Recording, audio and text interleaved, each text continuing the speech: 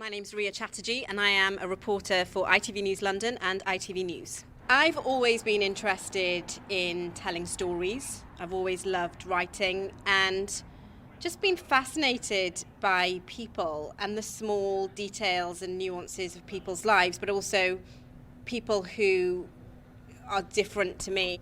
I'm very proud of my Welsh roots, born and brought up in a small seaside town in South Wales. But I always knew that I wanted to move away. I had my sights set on London. So really from about 18, I've always been in and around London. It's a great place to live and socialise, but in terms of the work as well, just like endless stories in every corner of the city. Part of the backdrop to some of your images are graffiti. A lot of the time, I'll stop and look what the graffiti actually says, what the message is. That's why I'm drawn to it. And you chose Brick Lane. Yes. Big smile on your face there. Yeah. Is that home to you as well? So on a very surface level, there are lots of references to Bengali culture. So my parents are from India and they're Bengali, and a lot of the street signs here are in Bengali. There are lots of Indian sweet shops which remind me of my childhood. But I also feel like it represented quite a significant moment for me in my 20s when I got my first job in journalism, which was at Bloomberg News, not far from here, and I was living in Mile End. I would sometimes during the summer walk back and to and from work, and I would walk through Brick Lane. And obviously at that point I'd moved away from home, I'd been away from Porthcawl for quite a long time. And I remember just one day feeling this sort of quite deep sense of belonging as I was walking through these East London streets.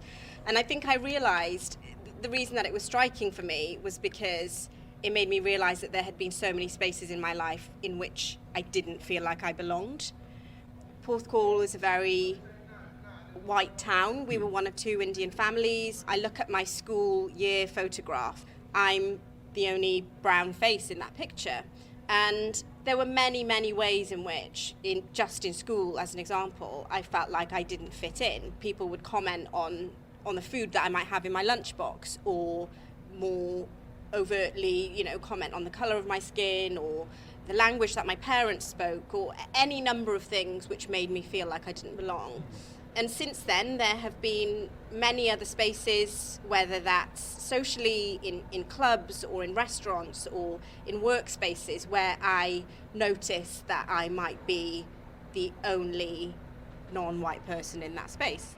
These days, I am far more comfortable in my own skin, but it's taken a lot of work and a lot of processing, I guess, of difficult feelings. The confidence that I've built in myself helps me.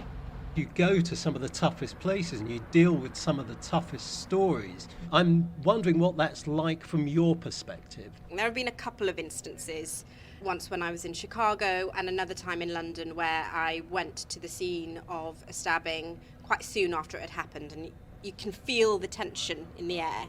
And those situations can feel a little bit threatening.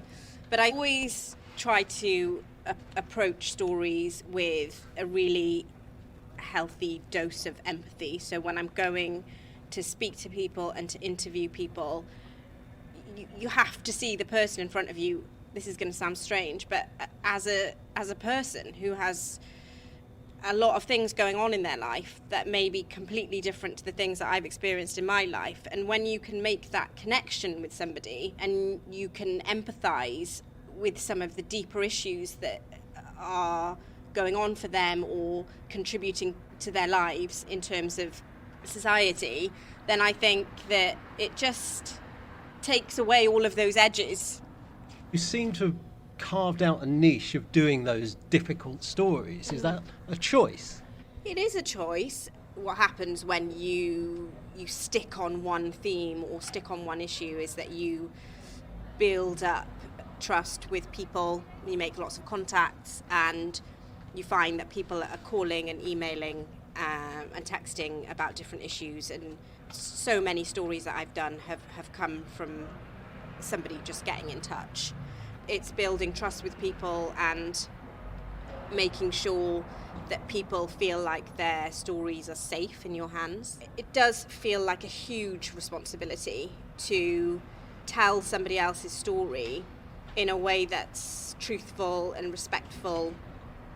And I think the only way really to do that, particularly in journalism, is one, to follow the facts as much as possible, and also, and I keep talking about this and I'll never stop talking about it, is having empathy and approaching stories with humanity. There's nothing else, right? That's sort of like my whole approach to life, I guess. The other aspect that I've noticed is the abuse that journalists are now open to through social media. There are so many trolls now and bullies and nasty people who want to project all of their own fears and anxieties onto people in the worst way. So it manifests as racism and sexism and homophobia and all of those things. I try to ignore it. I mean, it's not easy. Say every day I will get at least one tweet from somebody. And I described it to my sister once as a little cut. So every day you're getting a little nick, and then, maybe on the 30th day, you'll see one thing and it'll bring up a swell of feeling, of hurt or irritation. But I try to just let it go, let it go, let it go, let it go.